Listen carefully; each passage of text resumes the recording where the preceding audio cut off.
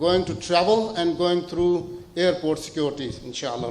Brother Hamid, Inspector of Police. I'm Detective Sergeant Hamid from West Midlands Police, based at Birmingham Airport. I thank Khalid Pervez for actually inviting me down to attend today's conference. And essentially the reason I'm here is just to be here of assistance to all the pilgrims. When you start your journey, obviously you have to come through the airport, and there's certain security procedures you'll be going through when you come through an airport, especially at Birmingham Airport as well. In terms of law enforcement, you've got West Midlands Police, uniform side, you've got counter-terrorism officers as well, and you've got law enforcement officers from United Kingdom Border Force. Each of us have got a different remit. Normally, at community engagement events, we'll have Birmingham Airport security here as well. They couldn't actually make it. What they have prepared for us is an actual leaflet on security, on the do's and don'ts of things you can bring through to the airport in terms of hold luggage, hand luggage as well. So I'd invite you all, once all the speakers are done with, that you come to the table over to your left and actually pick up the leaflets, because it'll be real good information for you all to take with you. Cash is always an important thing when you're going to Hajj or going to any part of the world. There are criminals out there that do operate, and they do take illegal cash out of the country just to hide that money. Just simple advice would be that if you are taking more than £1,000 out with you, that you do have some sort of evidence, some sort of proof of where that money's come from. The information is contained in this leaflet as well, in terms of why it's important to actually have that evidence with you, and what we can do as well in terms of Proceeds of Crime Act. Also, whilst I'm here, in terms of other functions for the police at the airport, we're all aware of what's happening in the Middle East at the moment, especially with Iraq and Syria, and the trouble what's happened with the Islamic State. So there's some information leaflets here as well in terms of travel to Syria. Foreign Commonwealth Office are actually, warning everyone not to actually travel abroad to join the fighting in Syria for whatever reason you want to do that for. If you've got any questions about coming through to the airport, certainly come over to myself and my colleague, Mr. Atwell, and we'll actually talk to you about airport security and what the law enforcement agencies do and what their remits are. Okay? Thank you.